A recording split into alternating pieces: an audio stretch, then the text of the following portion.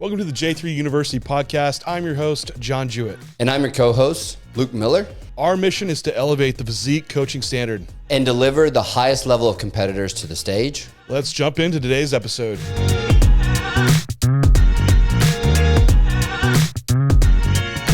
3 must-use PEDs for your off-season. Luke and I, if you refer back, we've done 3 PEDs to avoid in your off-season, which if you watch that one, you might have some inclination to what we might be suggesting.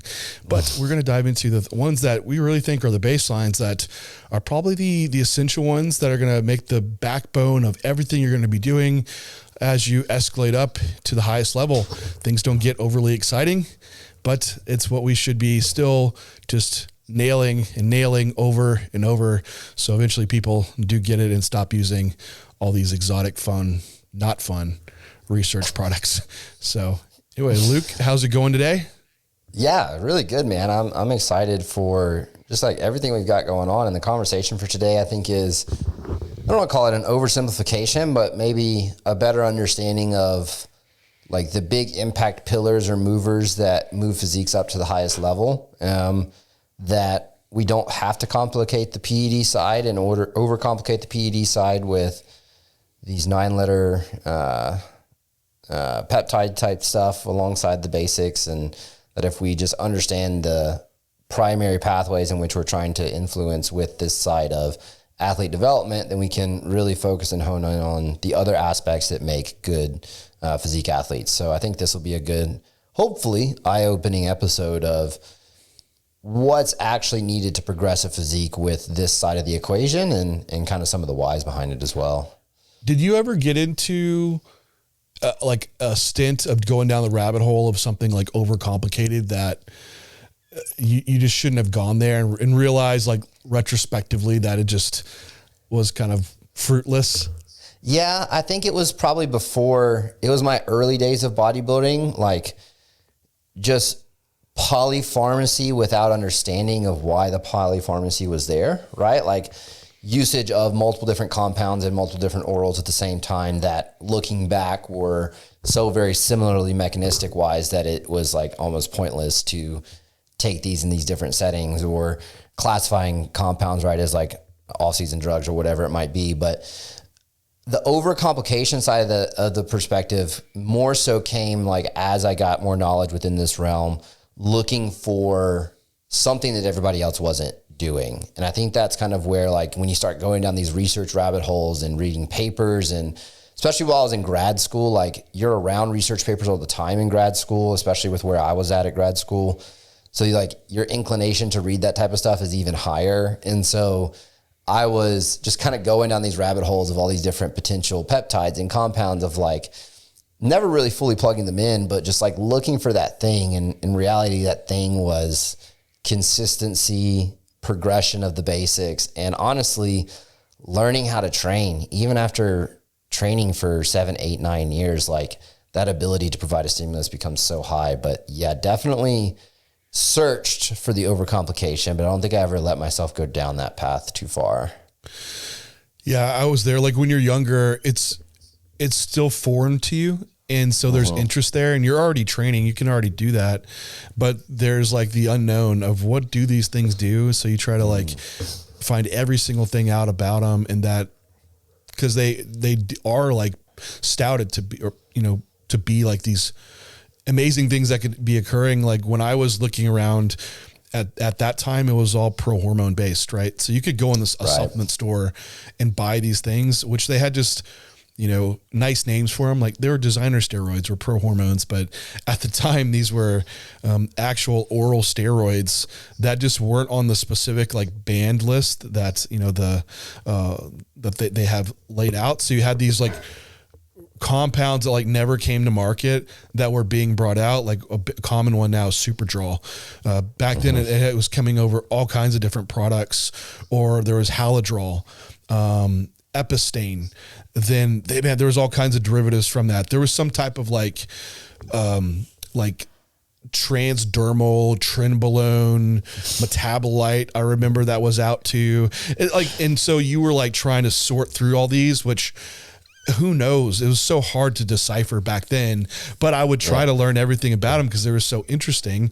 And then like you could get in easily. I knew guys that would buy a supplement. You see like 3 different oral steroids in it. It's like stacking orals, and that was the base. that was the starting point. Which, oh my gosh, if you could have seen labs back then, right? And it's just kind of like out of sight, out of mind. But I think this is kind of where I would get into like the first must have. And I want to refer back to this conversation when we get to one of the other things, because I went down another rabbit hole and it's still pertinent, I think, to today. But our first one to really hit the must have, and I'm sure everyone out there is like, duh, I know guys, this is what it's going to be, is testosterone. This just serves as the base of all cycle design.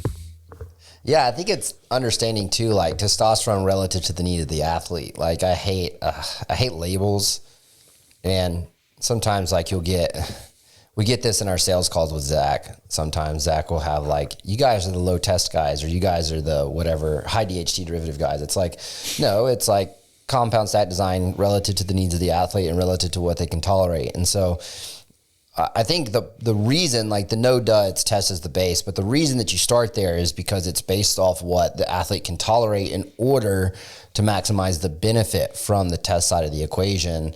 Especially when you start getting into one of the things that we'll bring up later is potentially the synergistic effects of maximizing what you can pull from that portion of stack design relative to what that athlete can tolerate, I think is an aspect of getting the most out of a physique development for some of these athletes. I think that's, and I don't want to say under discussed, but maybe just like kind of missed in translation portion of what stack design should be. That was my first injectable cycle was testosterone. And that's what it has always been promoted to be, and not to make an argument of like, well, that's what's always been done and that's what's right. But there's some good rationale behind it with using testosterone as your base, as when we see other compounds, and even looking at the literature side, other compounds put in place. We could look at nandrolone, which without having estradiol come along, you don't see a lot of the benefits that testosterone brings as far as being like neuroprotective for the brain or improving lipid profile. At TRT doses is what I'm speaking to around that. But the estradiol part of the equation, if you remove that, even use testosterone with aromatase inhibitor and suppressing estradiol very, very low, you see then like even testosterone becomes neurotoxic. You see alterations in your lipid profile. And same thing goes pretty much for like systemic organ stress. You see poor aspects around inflammation, even in like skin issues that come about, or even acne, things like this. So the estradiol part of that, what you get with testosterone, is what bring all the other health aspects that we really do want. And now we've mentioned this before, like estradiol in and of itself has its own roles in the anabolism process through insulin sensitivity, improving, endothelial elasticity and blood flow. So, and then even along the lines with improved GH to IGF-1 conversion, which you do know there's arguments around estradiol going really, really high, and that doesn't aid GH or IGF-1. And I think this is when we're looking at, females, and we're not looking at the actual data around testosterone aromatizing into estradiol, because that aspect is where we see that it does impact GH to IGF-1. Then also we're kind of filtering through research if a female is taking a synthetic estrogen, that actually also seems to inhibit this GH-IGF-1 axis as well. So it's a lot of murkiness there that I just spoke to, but a big picture here is that you want some estradiol present with testosterone to aromatize to really maximize that GH-IGF-1 axis. So estradiol is very important. We have health benefits, we have anabolic benefits. This is why it serves just the base of cycle design. But we got into a podcast a while back, like high test versus low test cycles. And where that goes is not you're not really needing to choose one or the other. It's more of like what your individual response is will kind of like dictate that. And also what is high versus low? Because you tell someone you're on a gram of testosterone, and they're like, oh, that's it. And then someone else is like, whoa, you're on a gram of testosterone. And so like what is high or versus low? But essentially, what does testosterone bring after you meet your needs for estradiol? It's just more of a testosterone molecule that's binding on the androgen receptor. And so if you can't tolerate more estradiol, why just take more testosterone using AI? Like that is absolutely one route to go. And when I was younger, that's what I did because that's all I knew to do. And there's aspects around that could be beneficial because, hey, testosterone's cheap. It's, if anything, it's underdosed. It's not usually like going to be a different type of compound. So for a young guy, this is very accessible, and to use an aromatase inhibitor, it very well could be done. And you could take testosterone to a higher amount than what you could tolerate without that AI being present. It is one option. The issue that I just go back to is that if you over suppress estradiol and you're also the young guy not checking your labs, you might be getting the fullest out of your health protection aspect or even out of your anabolism benefit around it. So this is just something that you just have to manage. But whether you go high or low, again, it's just going to be based off like that individual need.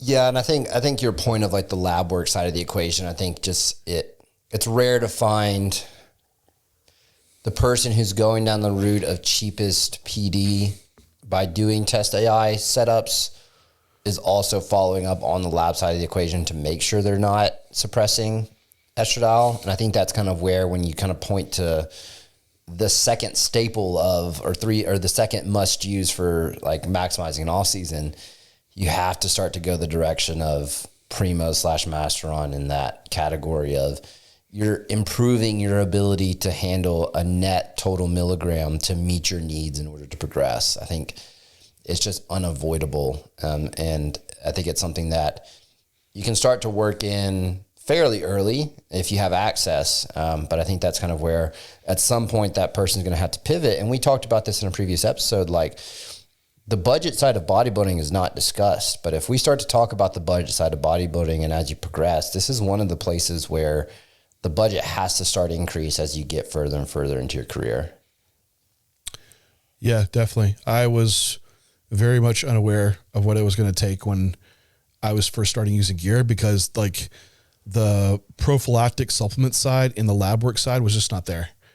And when I first started working with a coach, I sent like the supplement stack I needed to be on for health. Don't get me wrong, it was kind of over the top at the point. And it's also like, use discount code this. It's like, all right, thinking back, it's like, all right, probably didn't need all that. But either way, I was like, whoa, how do I afford all this? Because I'm just trying to afford gear right now.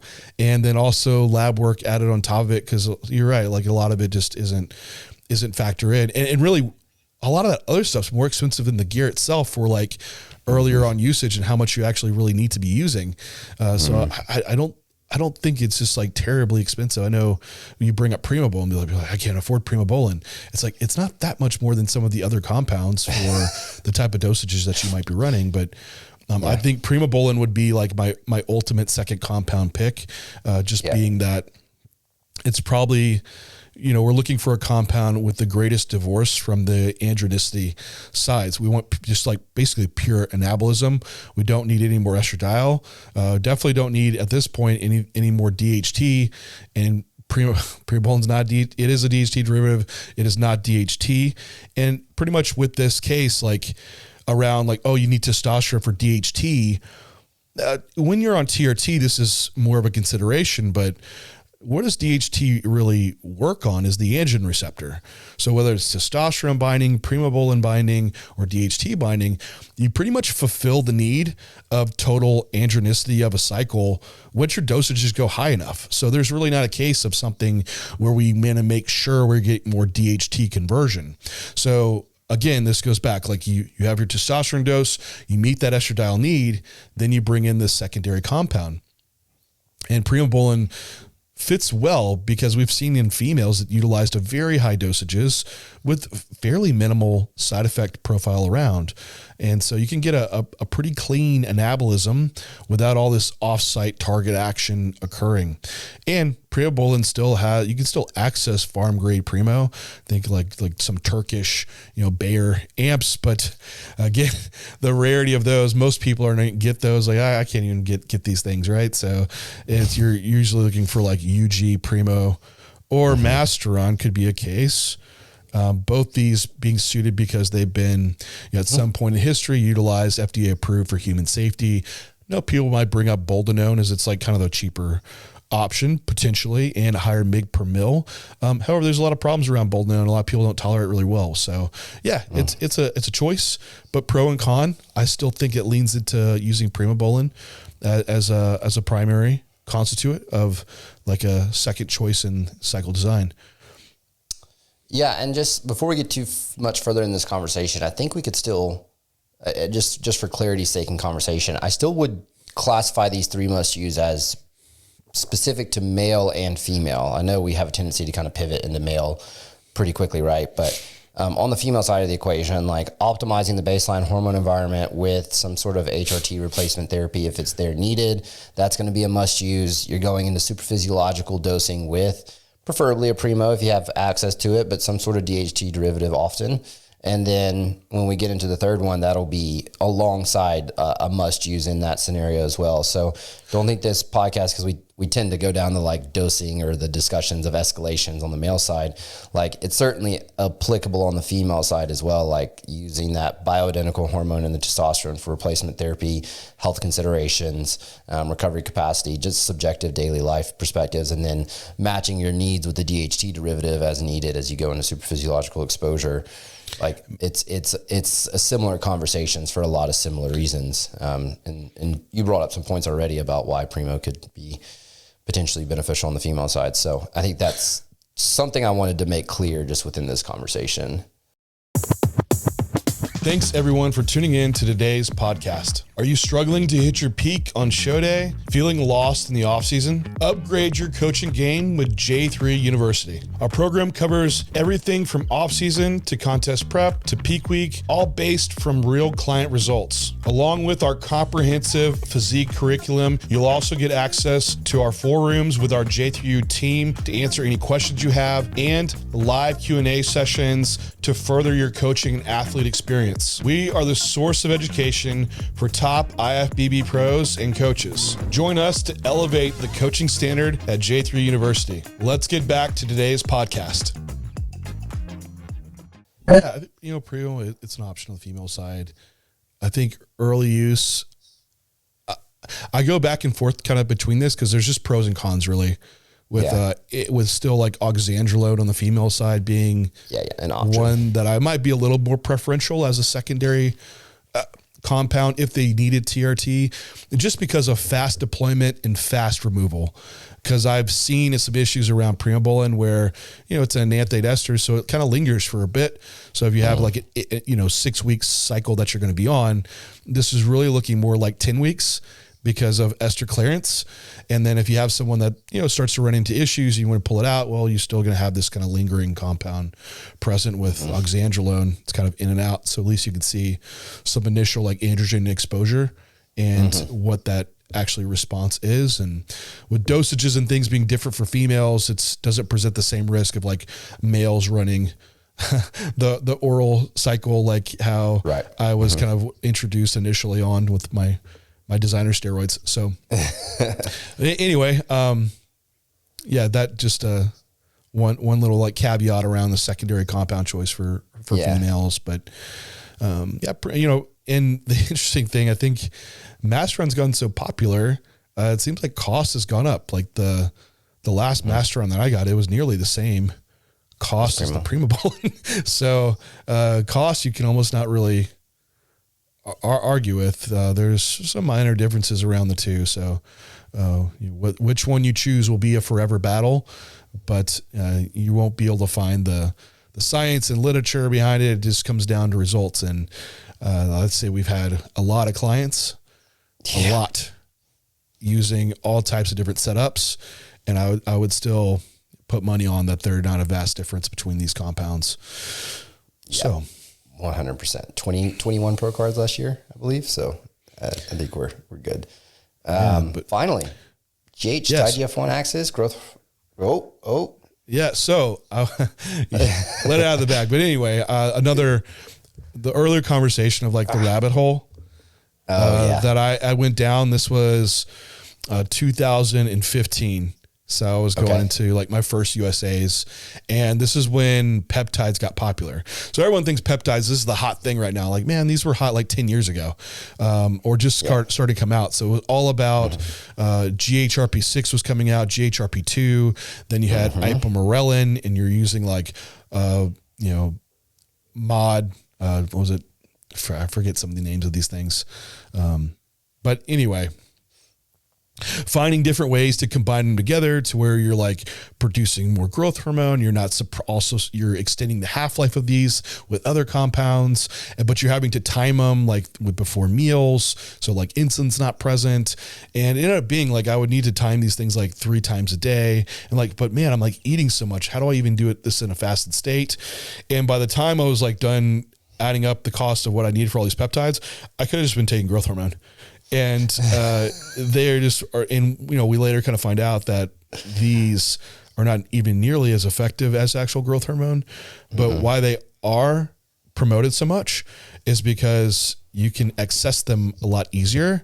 Yeah. Relatively now, like you go to like all these research sites, just buy them. And so what happens with that? Well, everyone has a site, everyone has a code. So everyone wants to make money off of you. So yeah, they're going to be promoted and pumped up to be the greatest thing ever because people are going to make money off of you. That's what you need to think about when you're getting pushed in whatever it is. Even all these other new molecules and peptides that are coming out that sound like the next greatest thing. When you talk to people that actually utilize them, it's still the basic stuff that works even better. Like I've talked to guys using SLU, PP332 and MOTC and these things, and they're all very interesting and they absolutely do something, but there are no game changers by far. It's still like, you want a fat loss drug? Yeah. Clenbuterol. That's still like the go-to. You want something for growth hormone? Growth hormone. It's not all these far out weird peptides, secretagogues. So long story short, what did I resort to? Growth hormone. What are all the top pros still doing? Growth hormone. So what is the number one, or we're just talking about number 3, we should say number 1 peptide, but number 3 choice essential, when you're moving up the ranks would be growth hormone. Man, I really shot that pivot in it's okay. The foot, didn't I?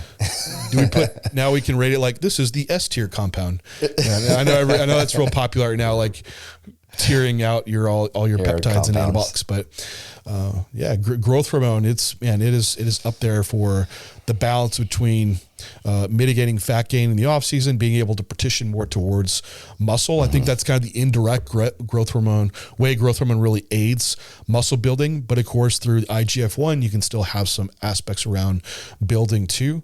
But then also for the prep side equation, same thing goes, just improved ability to mobilize fatty acids, and with that partitioning effect, ability to retain tissue as well.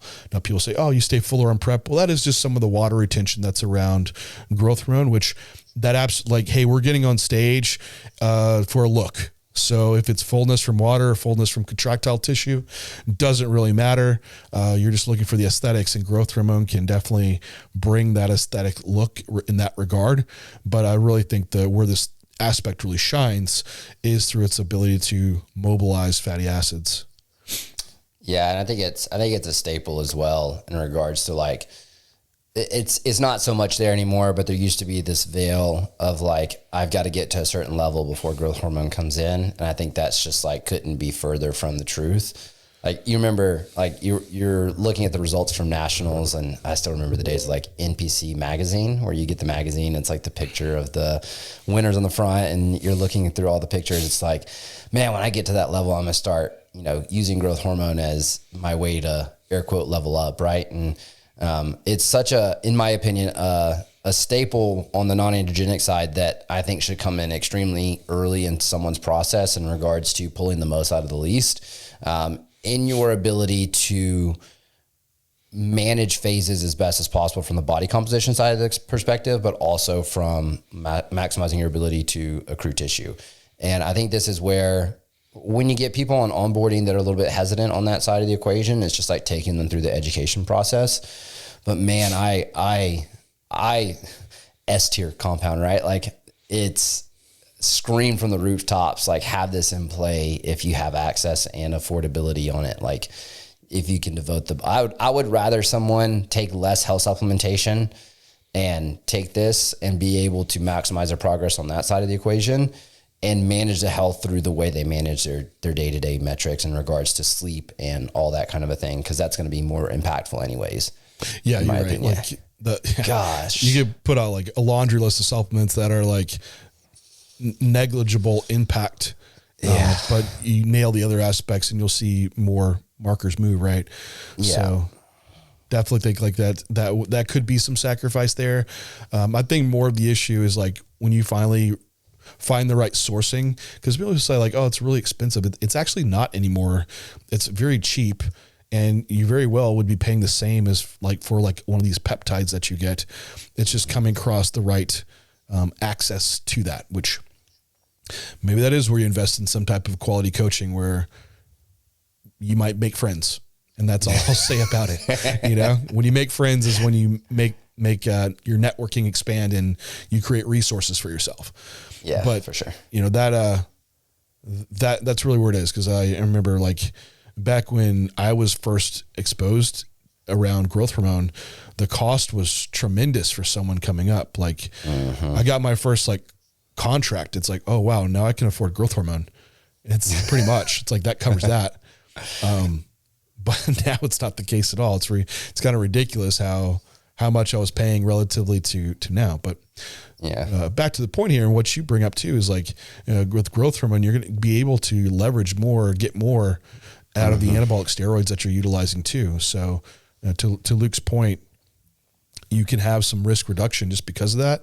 Now, in reality, are you lowering your steroid use because you added in growth hormone? No one does that. So it's likely you just added in on top, right? And that's one of your progressive points. But to that is that you might have had that in and made some really good progress and not have had to push up the steroid amount as high as quick. So, you know, points there. But a lot of times you're doing both at the same time. But if you look through like current bodybuilding cycles all the way back years, these are the main components of it. It's like testosterone, there's a secondary compound in place, Primobolan, and then growth hormone. Those three things will get you extremely far. You could almost argue you wouldn't need anything else. I've had people that they don't need do preps with even Trimbolone or oral steroids, or even fat loss drugs for that matter. Like these are the three that would really take you nearly all the way. Now, don't get me wrong, doesn't mean you don't need to utilize or can utilize other things, but if I had to pick like three, you're only given three, these absolutely would be my top three picks. Yep, 100%. I don't know that I have much to add other than just like the female side potentially. Yeah, I guess the female side, like it coming in extremely early on as a non-androgenic and something that can help with especially the management of body composition would be the primary reason I'm thinking about using it with female. I do think people tend to be a bit hesitant with the usage on the female side, like starting extremely low, where like you'll see like people on onboarding will come in with like 1.5 IUs in play, which I get, like, you know, maybe not full knowledge around it, but man, it does seem to be a bit of a, what's the word, golden ticket on the body composition management side on the female side that, man, a lot of the girls that I work with are 3, 4, 5 IUs, just like giving anecdotal coaching stuff rather than is that anything else. Just to put some like perspective there, like obviously these are females that call it 130 to 160 pounds. Would you say on average, like of what, to like a weight dose kind of perspective there? Yeah. Probably 125 is the bottom end range, and the high end range of that's 165, 170. Yeah, I think that's pretty good range. And I just, it's never a doubt that as I go higher in that usage alongside, obviously these girls most of them are going to be running compounds alongside, our ability to be able to manage these phases just become extremely improved, especially on the all season side, because I think that's where a lot of girls get themselves in trouble and why I think a lot of the female preps are so brutal. Now, that being said, like there's aspects on the prep side that need to be managed and fixed along through that process that improve your ability to prep. But man, if you can get females to a place that is extremely productive, but not too far gone on the body fat percentage side of the equation, it makes flipping into the following prep just so much easier. And it should be a staple in that all season setting for females, in my opinion. It's interesting because when I look through like the literature on growth hormone, like, again, you're looking at very specific type females that are in this. Usually they're older, also not training or not on TRT, not using anabolic steroids, et cetera, et cetera. The growth hormone effect is not to IGF-1 is not really as profound, and females tend to hold more water off of it. So I don't know where the dosing idea came, because basically it looks like females would require a higher dose to get the kind of the same effect from a male. However, now that's in those specific type of study that are occurring, but I don't see that translate to growth hormone being less effective in females that are in kind of our space. But I bring up a point around body weight, because when you look at what like Luke's talking about, 130 pound female, like 4 IUs of growth hormone, it's like 0.03 IUs per pound of body weight. If you put a 250 pound male on that, that's looking like 8 IUs. So you're looking at a dosage based around body weight of a similar effect that could be occurring. I shouldn't say, I'm going to be really vague here.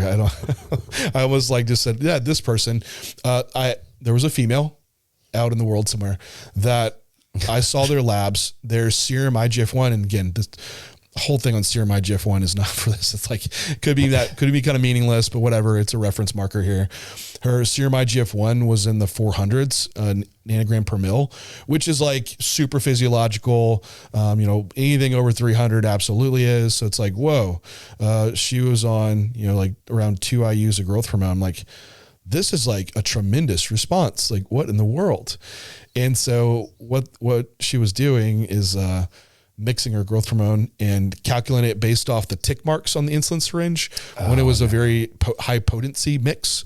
So she was actually doing 3.5 IUs of growth hormone. I was like, that makes a lot more sense. But for a male, 3.5 IUs, that might just put him around the 300 nanogram per mil mark. But for this female, absolutely took her super physiological into the 400s. So, just to give some other anecdote around what your coaching experience have seen, is that those female dosages, pound for pound, could be still very effective on the female side. Just, I don't know where you start at 1 IU with the female really came from. You don't really go beyond that. It's like being very conservative with growth hormone, but everyone's very liberal with anabolics. So I think the thing here though is slowly titrating up growth hormone, and that's where I've had even guys jump into 6 IUs of growth hormone. They're like, how do you even sleep, man? My hands are like waking me up at night. My hands are numb. It's like, yeah, you just start low and titrate up. But to your point, females and males, it's still a solid go-to earlier on in the process. Yeah, I think just last piece of anecdote, I think the synergy of it with anabolics is understated in females as well. I think that's where you get that differential in the research design versus what we see in our space, is that potential synergy just is a little bit more robust probably than what can be gathered in the research. Well, interestingly enough, if you think about it, you're starting to look at with a female on exogenous steroid and estradiol within reason. Usually our females are still less than 100 picogram per mil on estradiol, which that looks very, very similar to a male hormone profile to a degree. Not nearly as high as androgen, of course, right? But that's where we differentiate between what we see in the research world, where you have females that are, a lot of them are nil on testosterone and could be very high in estradiol, and you don't see a lot of effect out of that because you need some androgen there. But with our competitors, you're starting to see that hormone profile shift to where you start getting even more out of your growth hormone. That's kind of where that synergy is for both of them. Growth hormone will do more for your anabolic side. Anabolics do more for your growth hormone side. Mm-hmm. Yep. And I know we kind of ended with some anecdote, but I think that's where we like cross this conversation is like, how does this look like in the applied setting? And if you guys are like struggling with this or struggling to find, like, that's why we've trained all these J3U coaches. We've got a whole team that's been through the entire coursework and mentored under us for a long time now. Some have been mentoring under me for 3.5 years. So a lot of resources there for you guys that we've built as well. Yes, this is where you see science-based coaching and education. And there's just a huge discrepancy out there around like evidence-based education and coaching, where you just kind of miss the mark of like people that just haven't had the experiences of in the trenches, and they're just like, research paper, just holding it up, waving it, like, look at this study. It's like built my whole program off this study and coaching approach. It's like, if that's all you're going to do, you're going to completely miss the mark and not collect the anecdotal experience side that is heavily evidence-based in creating the scientific method of how we create these type of models of coaching and teaching. And that's where I feel like we differentiate of being science-based practitioners. Like, we're using a scientific method in coaching to come with this antidote that is been methodically kind of pulled apart, and comparing that to also the evidence side of the equation, and just continuing refining the process. And I think that's where we really bridge those gaps really well. So 100%. But anyway, everyone, thank you for tuning in. We'll talk to you next time. Goodbye.